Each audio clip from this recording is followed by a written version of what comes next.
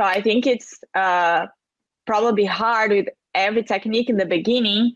You have to go through a lot of barriers. I heard many stories from McKenzie, all of these guys that they try to do something different, and in the beginning everybody's against it, so you have to slowly let people know about it and little by little build the technique. So I imagine how hard was the work in the beginning, right?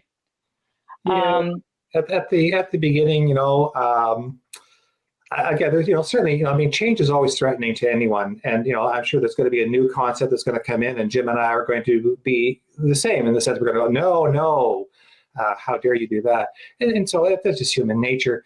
But yeah, at the beginning, I would fly out to small towns and teach a course for 10 people. Because that's what you had to do to get things started. And I think one of the things there's two things I think that really have helped this particular concept blossom. One is obviously the research that is supporting this, and it's gotten to the stage now where I've just given up trying to keep up with what's being published. And it's not just simply case studies. We start off with simple case studies, and it's grown from there. But on to now, full randomized controlled trial studies, and people are now realizing that hey, there's some good science supporting this, and being evidence based.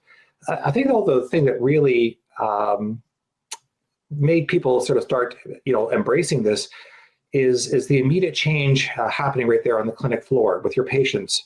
And people like, Robin McKenzie and Brian Mulligan, with all due respect to my mentors and teachers, they're not scientists. They're clinicians. And to them, that one patient got better on that one day. See, there's proof. There's science right there. That's all they need.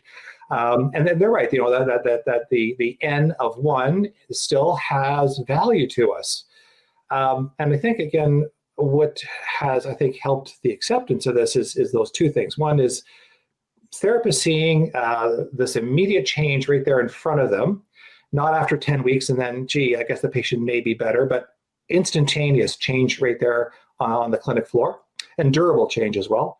And then being supported by good extant literature. I think those things have really been important to having this become more accepted by our physio peers. Jim, any comments on that? No, I think we've hit like anything, change is slow, but the research has kind of caught up to the whole concept now. So I don't think there's any dispute. We're evolving, and like Jack said, initially it was a lot of just case studies and a lot of just Brian trying to explain things in a real old biomechanical model, because that's where we evolved from, right? But now it's nice to see, and I keep kind of coming up with pain science. It's nice to see where the science kind of supports things from a neurophysiological perspective too, and it makes things really exciting. Right, and I think the thing that also, we have to appreciate that nothing is new, and anyone says that there's this brand new original idea that they came up with themselves, well, I think they're really not being realistic, because as what we're doing is we're building on those that came before us, and my first thing one of the things that I did is I wrote an article for our Canadian orthopedic journal back in 1986, and I called it the Mulligan concept, the next step in the evolution of orthopedic manual therapy, because that's all it is. It's another step. And if we think that's the last step, then again, we're very wrong, because there's going to be the Mariana concept is going to come out soon, right? Because you will take that next step that we're blind to. Because all that, with all tremendous respect that Brian Mulligan did is he had a patient one day, a young lady who had a painful injury to a digit, to a finger. She wasn't able to flex it because of pain. And he did the usual manual therapy techniques that he was taught by Kaltenborn, and it didn't change their pain.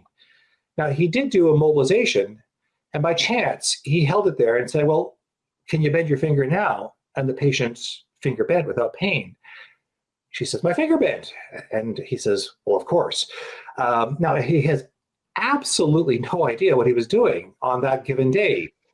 But he looked back at it and he realized that what he had done is taken basically Kaltenborn style mobilizations and then reincorporated the functional aspect of the patient's activity with it.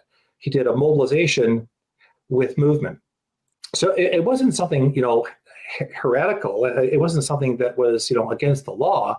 It's just something that no one had ever done before because they hadn't thought of it. Now, of course, people, I'm sure, say, well, I did that. I did. Well, yes, I'm sure you did. But what Brian did is he was able to then start to build on it and start to experiment with this idea in other parts of the body, and saw that it wasn't just with the finger. It happened with the knee, at the neck, at the elbow, etc.